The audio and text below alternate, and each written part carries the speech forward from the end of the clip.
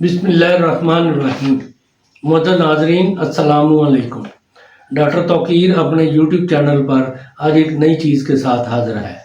आज का नुस्खा छोटे बच्चों का मुंह का पक जाना के लिए पेश कर रहा हूँ। अक्सर बच्चों की माएँ गर्म चीज़ें इस्तेमाल करती रहती हैं। इन गर्म चीज़ों के इस्तेमाल करने से बच्चे के मैदा में दूध खराब हो जाने की वजह से बच्चे के मुंह से पानी जारी हो जाता है। इससे बच्चा को बहुत तकलीफ़ होती है। बच्चा सही तरीके से फीड यानी दूध नहीं पी सकता, कुछ नरम से नरम ग़िज़ा भी नहीं ले सकता।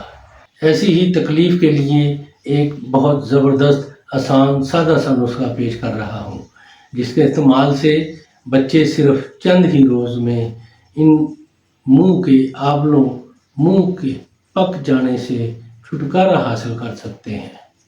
नाज़रीन, इससे पहले कि ये नुस्खा मैं बयान करूं, आप मेरा चैनल सब्सक्राइब कर लें और बेल आइकॉन के आल वाले बटन पर ज़रूर प्रेस करें ताकि मेरी तमाम नई आने वाली वीडियोस के नोटिफिकेशन आप तक बआसानी पहुंचते रहें। नाज़रीन, यही एक सपोर्ट है जो आप मेरी कर सकते हैं। इससे मेरी भी हौसला अफजाई होती रहेगी और मैं आप लोगों के लिए अच्छे अच्छे नुस्खे पेश करता रहूँगा। नुस्खा है सुहागा बरयान 20 ग्राम को ग्लिसरीन 20 ग्राम में बिल्कुल बारीक पीस कर मिला दें। यानी 20 ग्राम सुहागा लेकर उसको गरम गरम तवे पर रख दें। सुहागा फूल जाएगा।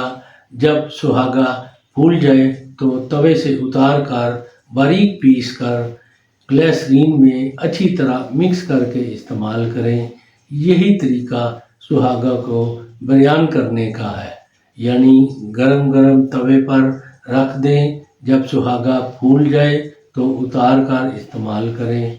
सुहागा बरयान ग्लिसरीन में हल करके लगाने से बच्चे को लगाते ही सुकून मिलना शुरू हो जाता है और चंद ही रोज़ में मुकम्मल आराम मिल जाता है। बच्चों के आंवलों पर रुई के फाया से दिन में 3 मरतबा लगाना चाहिए। ये बहुत ही कमाल की चीज़ है, बेघर चीज़ है, फौरी असर करने वाली है। बच्चों के मुंह पक जाने पर इसको ज़रूर इस्तेमाल करें और इसके बारे में अपनी राय मेरे कमेंट्स बॉक्स में ज़रूर दें। इसको लाइक और शेयर भी करें। अल्लाह ताला आपका हामी और नासर हो। खुदा हाफिज़।